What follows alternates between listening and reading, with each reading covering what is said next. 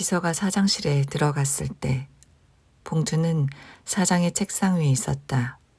보라색이었다. 따라서 특이하다고도 할 수 있었다.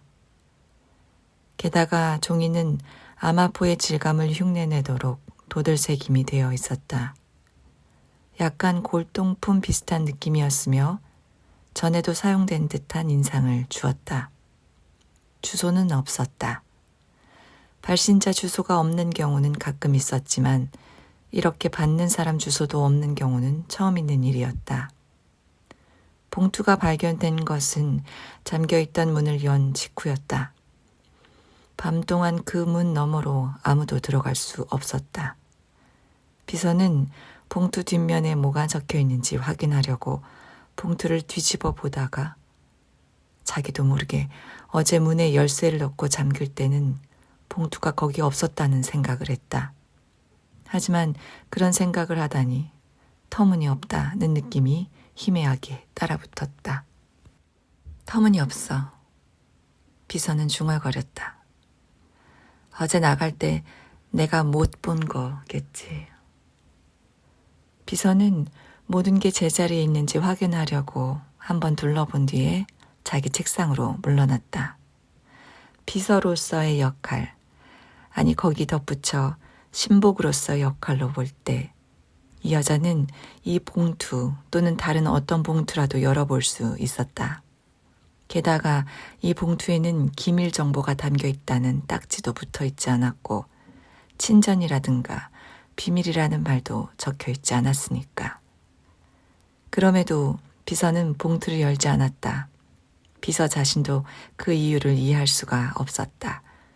비서는 2번이나 의자에서 일어나 사장실 문을 조금 열어보았다.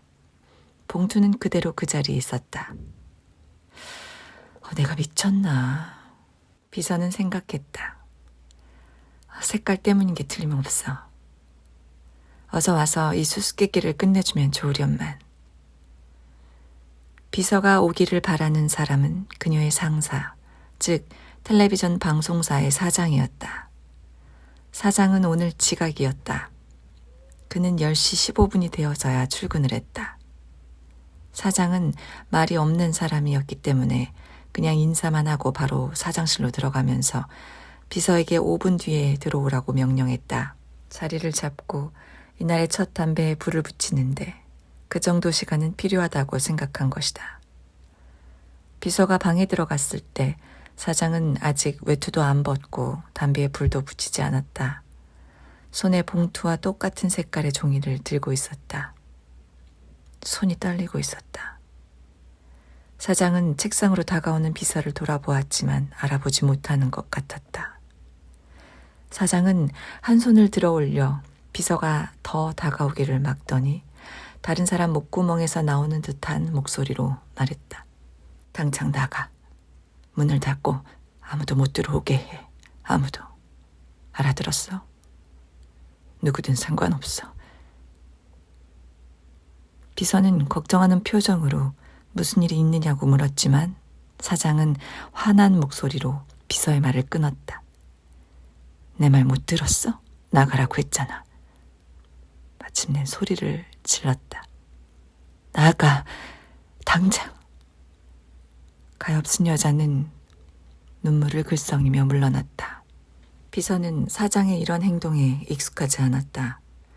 사장도 물론 다른 모든 사람과 마찬가지로 결함이 있는 사람이었지만 일반적으로 매우 정중했으며 결코 비서를 도어 매트처럼 대하지 않았다. 그 편지와 무슨 관계가 있는 거야? 달리 설명할 길이 없어 비서는 눈물을 닦을 손수건을 찾으며 생각했다. 비서의 생각이 옳았다. 만일 지금 용기를 내서 다시 사장실로 들어간다면 사장이 성난 표정으로 얼굴을 일그러뜨린 채 방 한쪽 끝에서 다른 쪽 끝까지 왔다 갔다 하는 모습을 보았을 것이다. 무슨 일을 해야 할지는 모르지만 그럼에도 자신이 오직 자신만이 그 일을 할 수 있다는 것을 너무 잘 알고 있는 것처럼. 이윽고 사장은 손목시계를 보았다. 편지를 보았다. 아주 작은 소리로 혼잣말 하듯 중얼거렸다.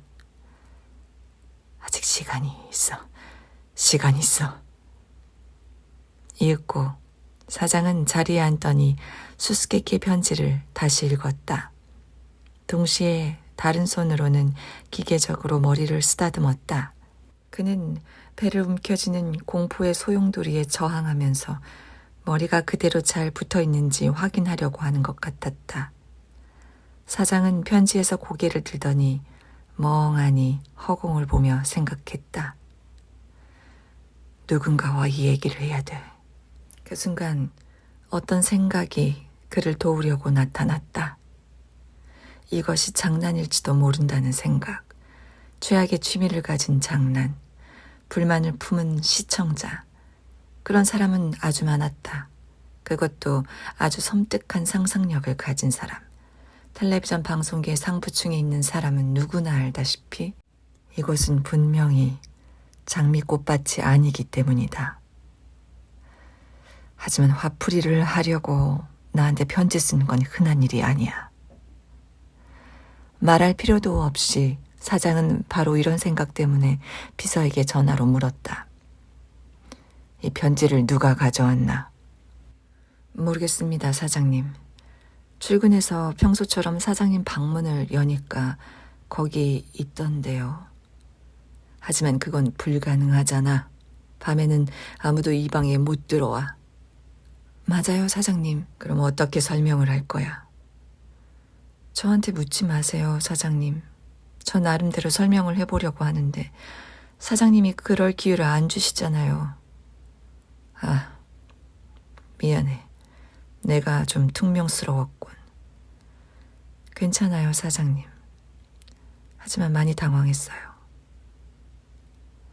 사장은 다시 인내심을 잃었다. 이 편지에 적혀 있는 걸 본다면 당황이라는 게 뭔지 제대로 알게 될 거야. 사장은 전화를 끊었다. 그는 다시 손목시계를 보고 혼잣말을 했다. 유일한 탈출구는 그거야. 다른 건 보이지 않아. 내가 내릴 수 없는 결정도 있는 거야. 사장은 주소록을 펼치고 원하는 번호를 찾다가 그것을 발견했다. 여기 있군.